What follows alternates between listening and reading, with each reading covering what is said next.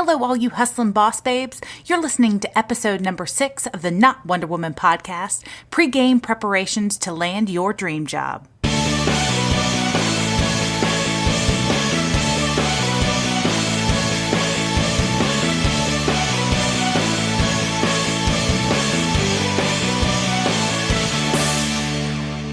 Welcome to the Not Wonder Woman podcast. No capes, no superpowers, just hustle. Not Wonder Woman removes the myth of the ladies who, quote, have it all and gives practical insight to help you, the working woman, conquer the world like the boss babes we know you are. Hi guys, it's Kieran. I'm here with Mel and welcome to the Not Wonder Woman podcast. This week we are kicking off our Landing Your Dream Job series and we're actually talking about pre-game preparation for your best interview. Really important topic. I'll be honest, I don't exactly know how many are going to be in this series because as we're breaking it down, there are lots of different things. So we're going to try and be as concise as possible, give you as much information as possible. And yeah, I just think that there's a lot to cover in this topic. I do, and I'm super excited because, frankly, that is always what we're looking for is our dream job. I don't think anyone wants to go to a job they're not loving every day. So helping people to find that dream job and telling folks what has worked for us over the years and maybe our epic fails every once in a while is a great way to go through. Yeah, I'm with you on that. Absolutely. What have you been doing this week, Mel? What have I been doing this week? You know, I had my best friend in town last week, and you guys might have heard the podcast that we did. She is an ER nurse practitioner, and she was helping us with this month's main topic, Stress Awareness Month. And she was giving us some great tips in order to reduce stress, but then also some really topical tips about how to reduce stress in your kids and your spouses also. And I just thought that was really fun to have her here. She's always a stress reducer for me because she's like my most calm friend. Also not a lawyer, which is so fun. Sometimes you just got to socialize with people who are just really unlike you, just to have some of their qualities like rub off on you by osmosis, like just make me more calm. That's right. No, and she totally does that. And what about you? You've been traveling, right? Yeah. So it's still the Easter holidays. And myself, my husband and Pops went to Copenhagen for a few days. We haven't been before. And actually it was really nice. It was a really nice trip. We hired some bikes. We went to, I think I'm pronouncing this correctly, Tivoli Gardens, which is like their amusement sort of park in the middle of the city, which is unheard of, actually, I think, in terms of a city break. But yeah, it was really nice. It was a really nice change of scenery. So just got back, still feeling a bit tired from all the travelling. But is Copenhagen, tell me the weather there, is that similar to London? It is similar. Or you got some... Well, I got some vitamin D because there was no like fog like there was in London. So as we took off and went over the cloud, I was like, oh, it's sunny up here. It was nice. Just, it was still a bit windy because a lot of it is on the on water in Copenhagen, but it was lovely and sunny and it did feel remarkably warmer. But yeah, it's still sort of like jacket kind of weather. So I didn't get tan or anything, but I did get some nice sunshine. So this week, we're starting the series about how to land a dream job. Yes. Let's get folks there. I love that. What is your dream job? What does it look like? Because some people, if they're in a job they don't like, or if they're looking for a job, they don't necessarily know exactly all of the things that go together to making the dream job. So I would just take a minute and forget about what your friends are doing, what the industry is doing, what you think you should be doing, and think about what's important to you and actually put together a list of things that are important to you and make up that dream job. And I would just be as specific as you can, salary, title, where, how you're getting there, who the kind of people that you're working with, what kind of things that you're doing, and just, if you can get really specific, then you can start looking for something that matches up.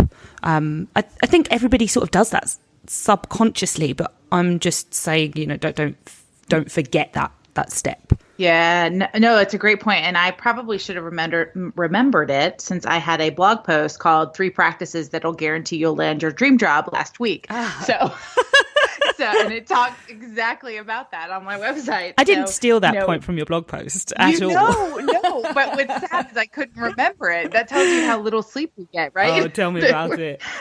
That we're out and about all the time. But, those are some great points. And, one of the things I like to tell folks when they're thinking about what their dream job, everyone wants a big title, big salary, all those things, but then also be realistic about the downsides of of what you're trying to achieve. I feel like sometimes we just don't look at the positive and negative sides. We only think of the upside. And I think if you can't live with the downsides, that's not your dream job. Just know what those downsides are. Do some practical research with people that can tell you what it took to get where they are in the job that you're looking for, and be realistic about those requirements. I think we all could say it's going to be, the CEO of a big famous widget company, whatever that is. Yep.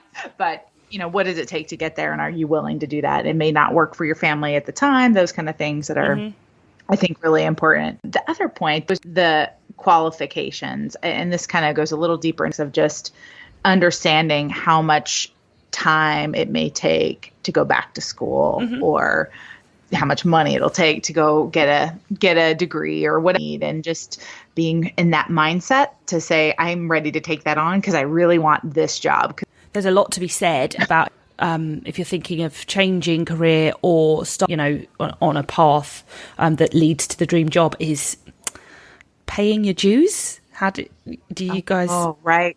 I remember when I was fresh out of uni, in my first law firm, and we were doing the grunt work, which is, I say to everybody, I was getting a tan off of the photocopier. I was just photocopying. I could pretty much be a photocopier engineer by the end of it, because I could fix it when it broke. I could make it do all of these things, because I just, you're given one thing, and it's, you need to sort of put your all into it. So you may be starting from the bottom, and the amount of things that you can learn being at the bottom, sort of having to photocopy all of those pieces of paper, you can read while you're doing it, you can, all of those things you need to also prepare yourself to maybe be doing. And you and I probably speak to law, but I have no doubt that is in every industry. I know it's certainly true of even in nonprofits that I've been of, if you're a new person in the nonprofit, you kind of have to prove your worth and, help them, help them with exactly the grunt work, take out the trash every once in a while. Yeah. Just kind of it feels like a lot of work, doesn't it? It feels like a lot of work and it feels like hard work, because you don't know everything that everybody's saying to you. So it can feel a lot more tiring. And I think once you get it and you start sort of moving up, it becomes more easier. It almost feels like the more senior you get, the less work perhaps you're doing, but I think that's because you've got the knowledge. It's not such a steep learning curve. You've done the steep bit, but if you're doing anything different or you're going into a new company, there's always a steep learning curve. So again, it's just one of those, are you set up for a steep learning curve? Are you mentally prepared for changing something, or is your life set up for a big change? Because changing your job is a big deal. It throws up a lot of stuff. So firstly, knowing what you're going for, and are you ready for the change? So you spoke about CV prep. That's definitely one of the things I do first. Is it something? Yeah, dust it off or create one to begin with, especially if you're switching industries altogether. You're really going to have to maybe start from scratch. Or if you've never had a job before, I know first resumes could be totally daunting.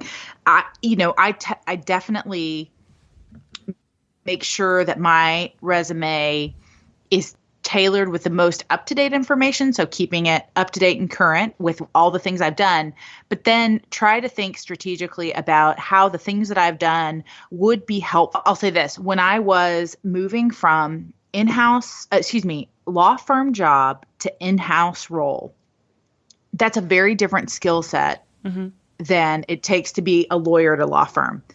And so I was intentional about trying to apply the skill sets that I had developed at a law firm and say how those will be relevant to my management skills that would then be relevant in the in-house job that I was applying. And so that analysis of your own resume, even if it is you're starting out, you take the volunteer work done, whether it is you're committed to working long hours because you can show an example of how you've done that, or that you're really organized because you did a fundraiser for somebody. I mean, even if you're taking this off work things because you have no work experience, I think you can translate everything into some practical skills that'll be applicable to your dream job. And if you've done the research, you'll know what those relevant skills are.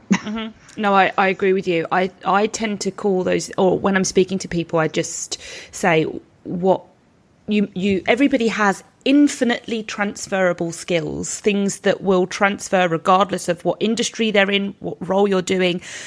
Pick out those things, managing people or working with people or working on your own. Those things I think are relevant to every job nowadays. I just think going through the skills that you have, whether they're from a job or from just being at uni or being in education or whatever else it is, and just teasing out those skills that you can apply to any job going forwards is what I tend to do. And I usually, I think I start with those. I am the CV person. Are you the CV person for your friends? Do they come to you with the CV? I used to be in the hiring group at my law firm, and I did hiring at a couple of my former jobs too. And I also worked in admissions in my uni time, even though we don't call it uni here. I love that. You're looking at lots of ways and being able to parse out who is somebody that you want to bring in.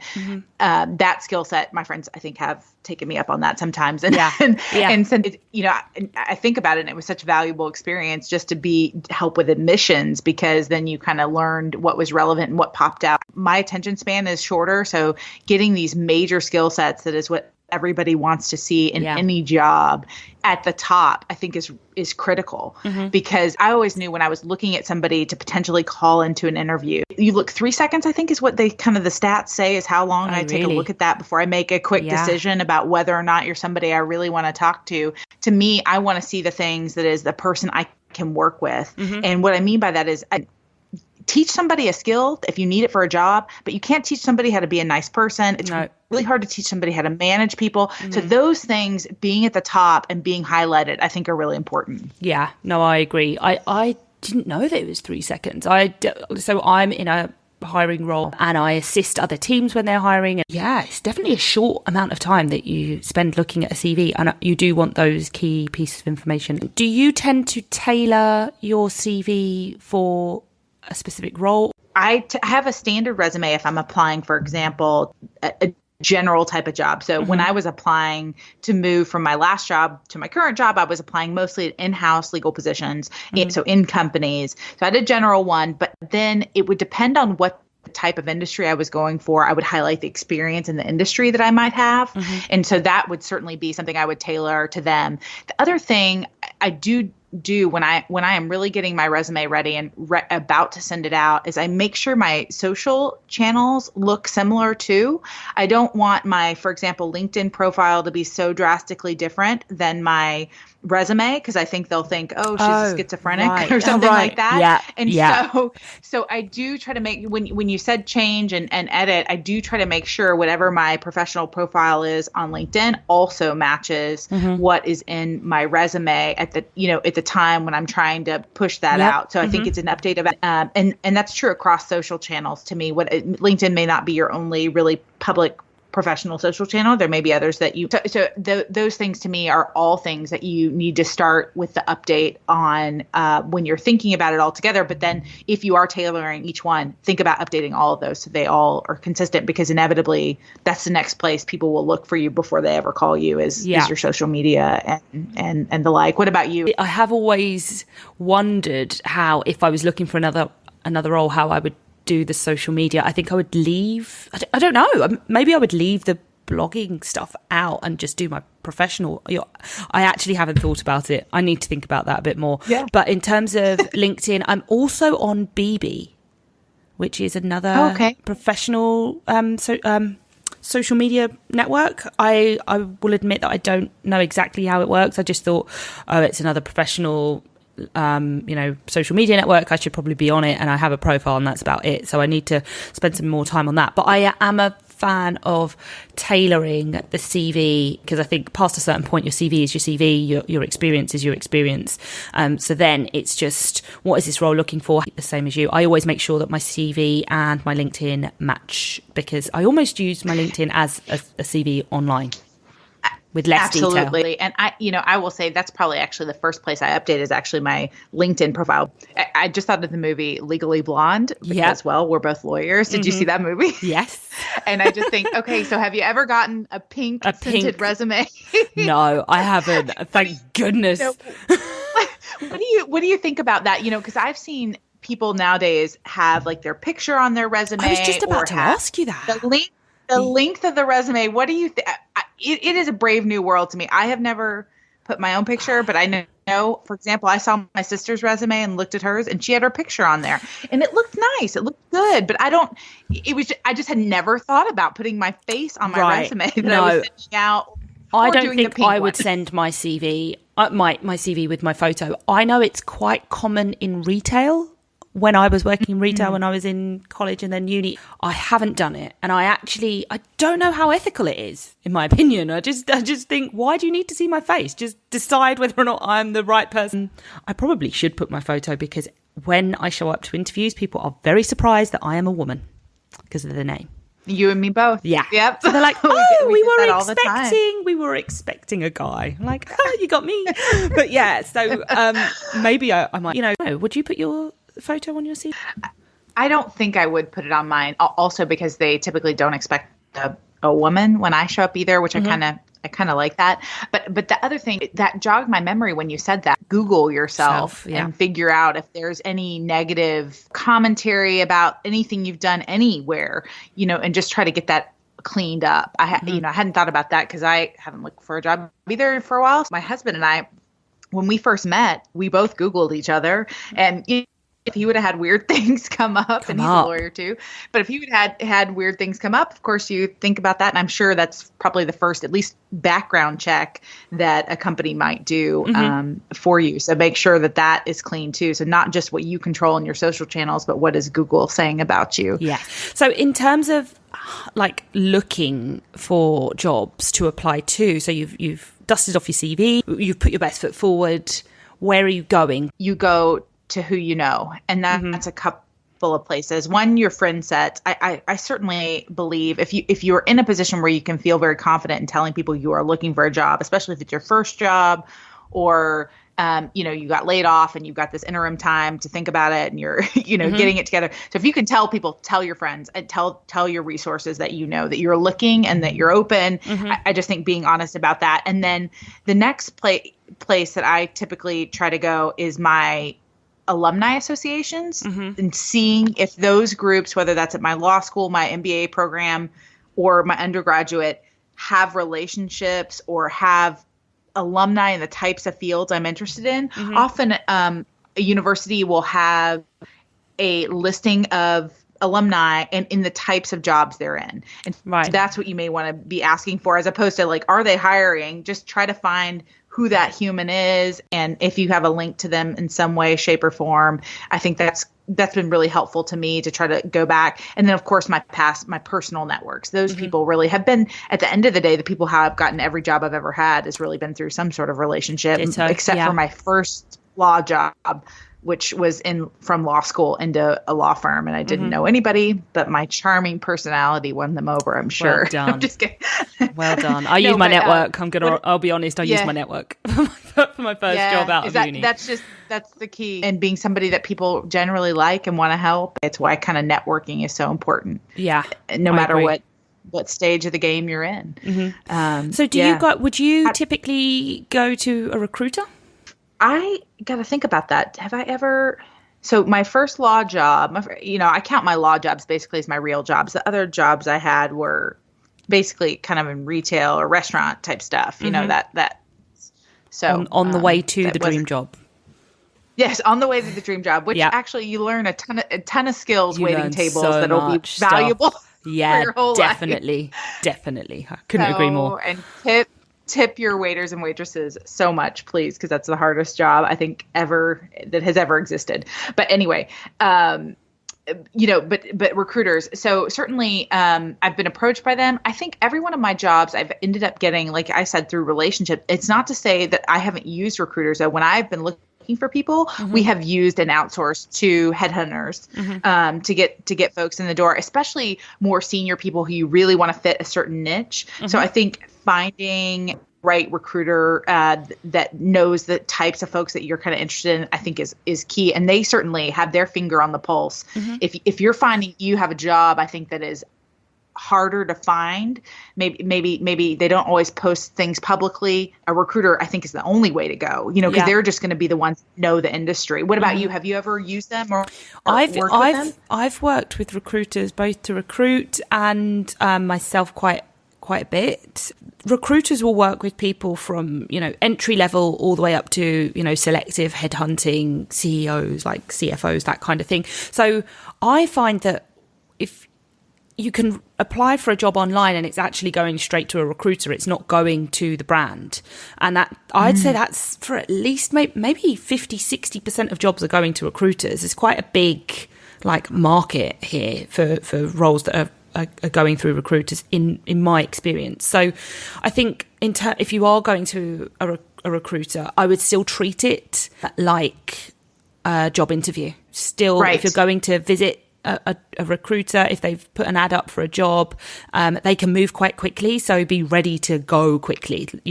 And typically if you send your CV to a recruiter for a specific job and you don't hear back within 2 days, the likelihood that you have been shortlisted for that job, I would say, is unlikely because they're moving that quickly.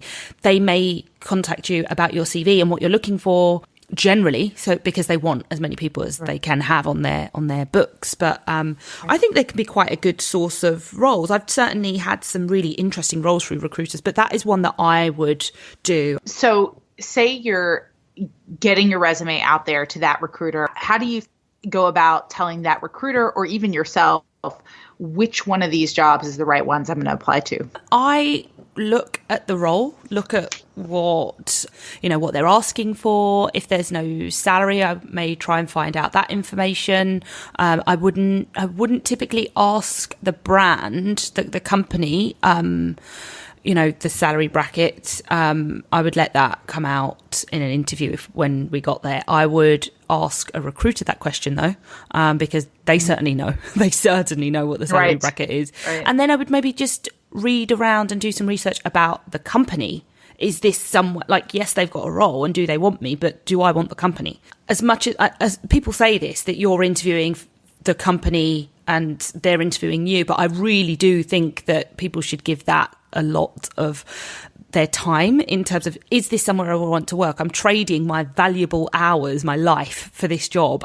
Do I want to work here? What are the people like? And just try and do a bit of research. Is that typically something you do at this stage? Definitely. And, I try to find out whether, for example, in my LinkedIn or even my personal network, if they know anybody at that company. One, if they know the person I might be working for, but then also just in general, do they know other people that are there? Because they'd be willing to tell you things about the company that you may never get in an interview out of them. Yeah. And so that kind of pre-research I think is really important. And also because I know, for example, in law firms, they would put up for an interview their best, coolest lawyers. That would be the ones who would go interview people or that are personable, outgoing. And the lawyers that are like the trolls that they would hide in the back, they would never show you those in the interview.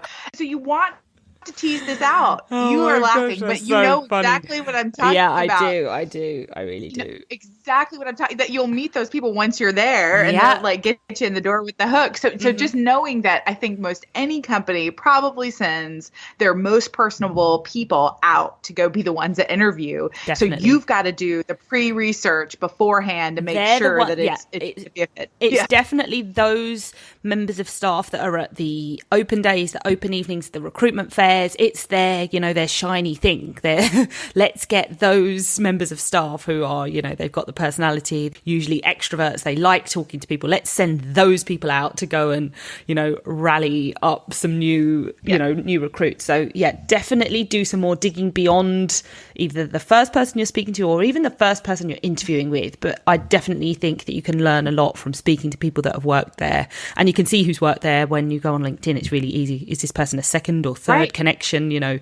Drop them a message maybe and just say, oh, I'm thinking of applying for this role, or anything that you can tell me about working for this company. Just ask the question, because there's actually no point in having a LinkedIn profile or having a network if you're not going to use it. You have to use it. And I think that the way that you can do that is just be friendly and open and honest. Yeah. Oh, absolutely. And, and other people that currently work there especially are certainly invested in the company being a good place. Yes. So they should want to answer you, because they want to check you out as much as you want to check them out, especially if they may be a role you might be supporting with every day. The other place besides LinkedIn, we had kind of talked about this, but there's Glassdoor out there too, which has some anonymous, I guess, reviews, but they're always vetted to make sure, at least as I understand it, they're vetted to make sure they actually worked in that role, and so you can kind of believe the things you're reading. Yeah. I did wonder how because some of the reviews are sometimes they're frank, they are really quite open and honest reviews, and I don't know about you, but I sort of take those with a pinch of salt, just because I can't ask any questions. I can't ask any questions. I can't. Yeah. You don't know how that ended, but then there are some really good. Fired. Yeah. There are some really good reviews on there as well. So I quite like Glassdoor.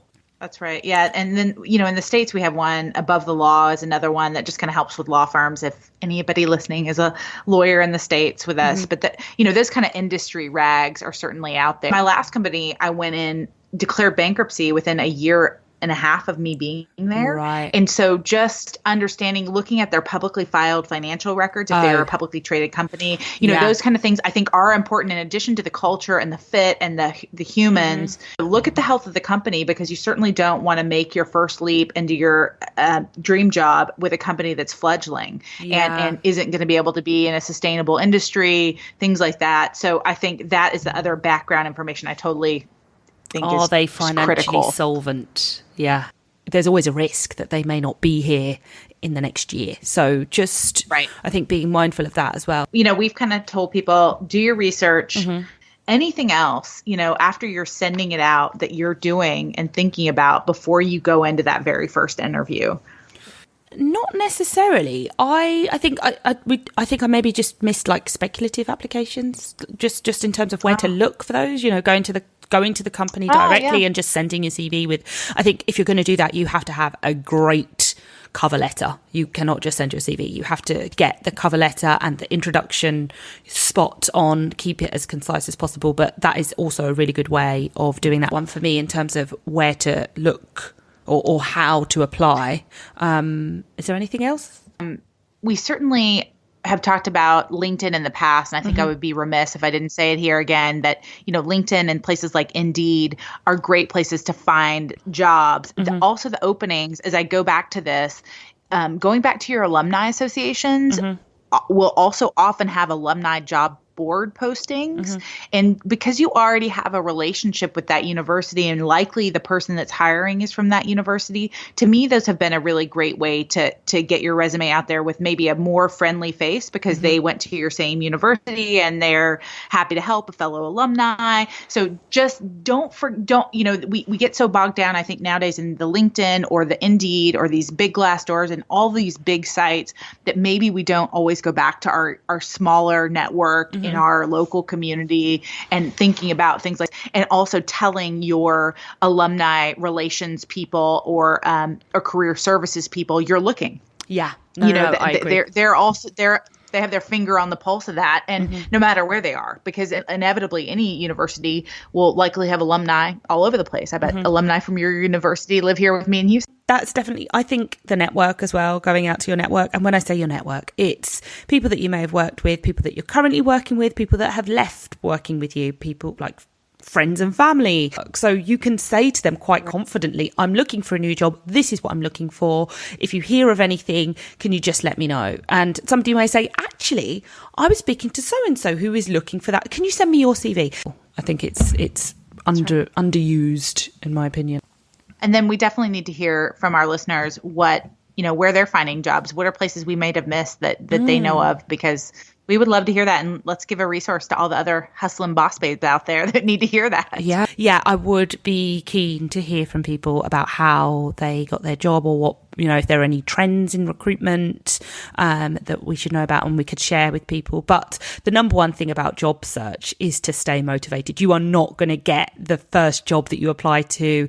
You may not hear anything from anybody for a little while. So it's definitely one you have to keep going with. The persistence pays off, and you'll feel more confident once you've spoken to people or got some feedback. But yeah, it's a long game, isn't it? Landing your dream job does not happen overnight. You got to kiss, it is. You got to kiss some frogs. You got to kiss some frogs. You've got to do some of those jobs that aren't like fantastic to get there, but you will get there. That's if right. You keep going. That's right.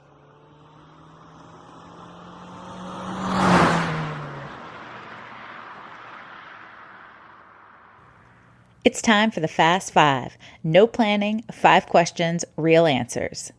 Are you staying on topic again? I'll be random for you. Yeah, let's go random. I really love random. Oh, I did write some good ones. I hope you're ready. Oh, gosh.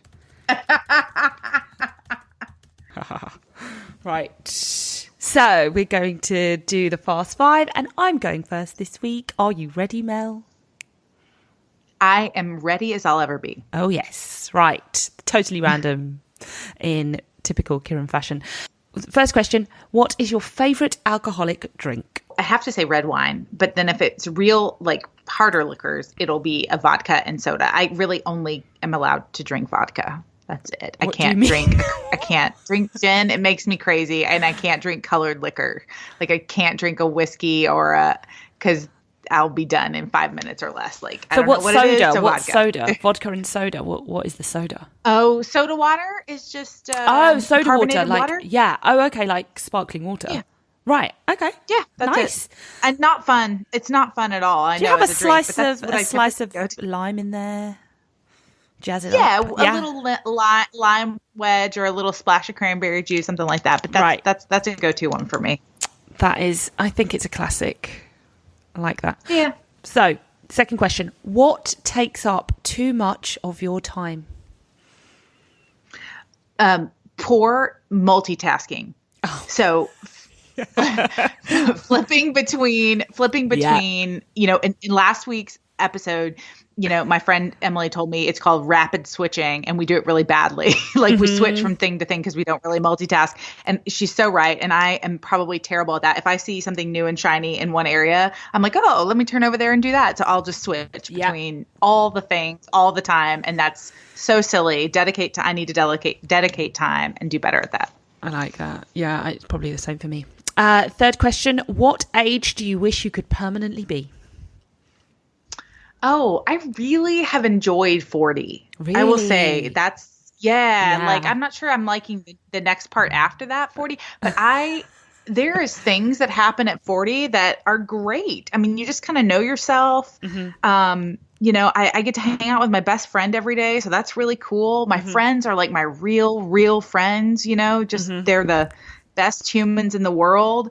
And you kind of feel a little bit of freedom, I think, to get rid of the things that drove you crazy, making sure you get your priorities in check. Like, surrounding yourself with people you really care about. And I feel like kind of 40 has done that. Like the friend group is strong, the husband is great. It's just that part of my life I just feel really blessed with. And I wish my thighs didn't touch as much and all those other things, but the things that really matter have been really good. Do you know what? I'm so glad you said that. I'm so glad you said that. Yeah. Because I would have thought that most people would have said, 21 because it sounds so great, but actually I hear fantastic things about 40. I'm a little while off that, but I just think that women are like fine wine. We just get better with age. So I love that answer.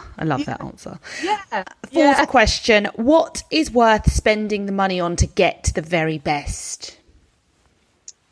Oh, I think shoes, because I'm very hard on shoes. Mm-hmm. So I always want to have shoes that can withstand, and then and I also spend a lot on the cobblers that will fix my shoes. So just because if your feet are jacked up, you're really the whole body is jacked up and you're uncomfortable. So to me, shoes are just really important. And I like pretty nice shoes, but then also just because you need a great pair, otherwise everything else is off. So I like shoes. Yeah. What about you on that one? You have to answer that one back. I was going to say something really boring, like food, like. The other things like healthcare, right? That's it. Like, oh God. When I heard your answer, I was like, oh yeah, probably something like shoes or bags.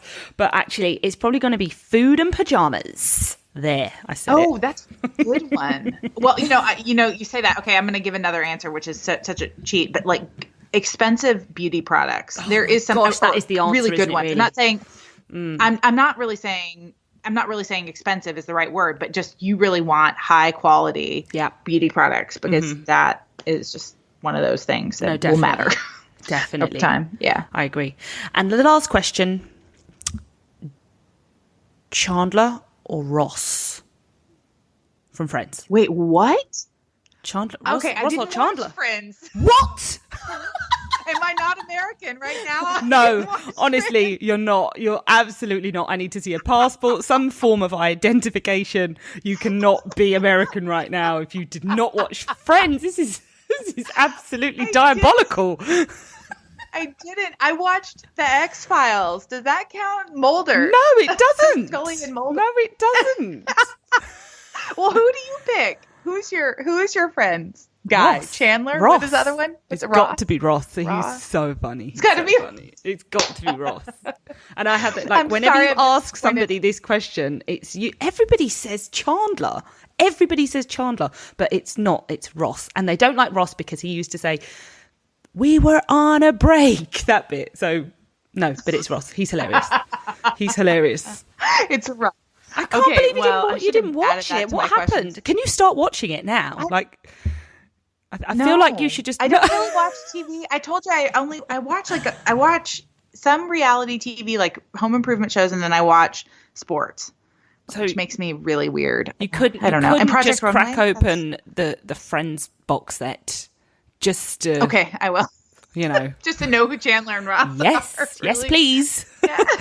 I'm just really questioning your my American heritage. I think that's right. That's it. I liked your answers. In law school during a good chunk of that. Oh no, then I feel like that's definitely have an excuse for not watching. Yeah, you didn't have time for that. It was painful then. Yeah. Okay, so I'm starting yours off, and this one is based on a prior comment that you made. So you said you wouldn't leave the house without wearing under eye concealer because you're a mom. What's your favorite brand of under eye concealer? I've got two currently. One is the Bobbi Brown Full Concealer. It's a stick. It's quite a thick consistency. I really like it. And then the second one is NARS. Is it Complete Concealer? Which literally covers anything. That's right. But that one you can use all over. Whereas I feel like the Bobbi Brown one, because of the consistency, is maybe... I don't know. I do use it. I use it sort of to highlight because of the colour. But yeah, those are my two concealers. They're great. I love it. So food-wise, what's your guilty pleasure? Oh, sugar. So sweets. Sure. Sweet popcorn. Any particular brand of sweet?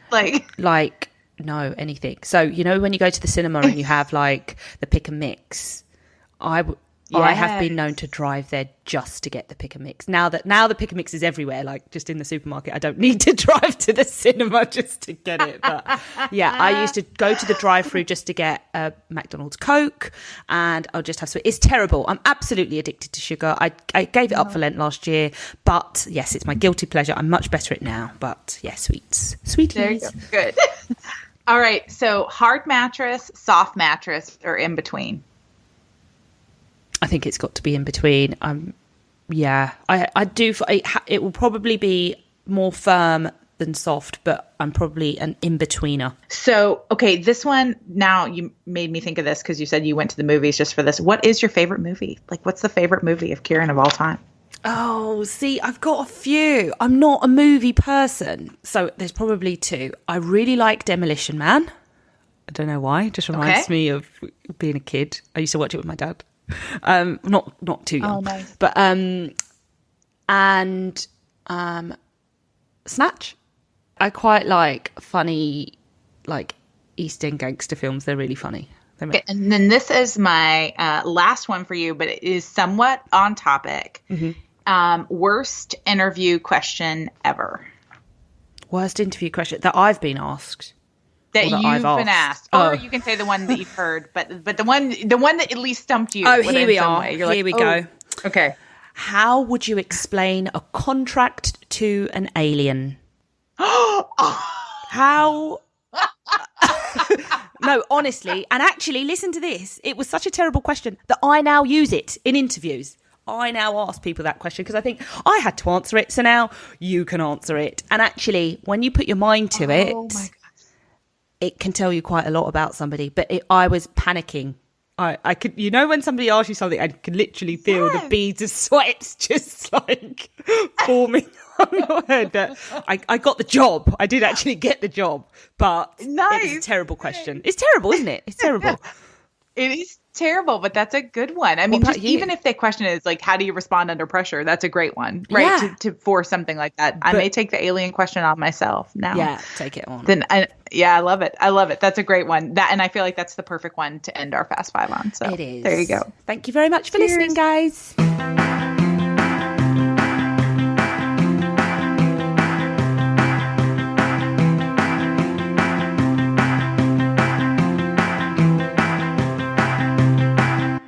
This episode is generously sponsored by Blonde Biscotti Coffee and Biscotti Bar in the heart of Houston, Texas.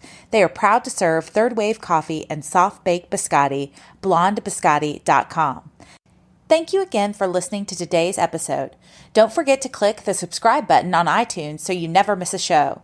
And we want to hear from you, so please feel free to send us your questions and comments to notwonderwomanpodcast@gmail.com, or you can find us at our website, notwonderwoman.com.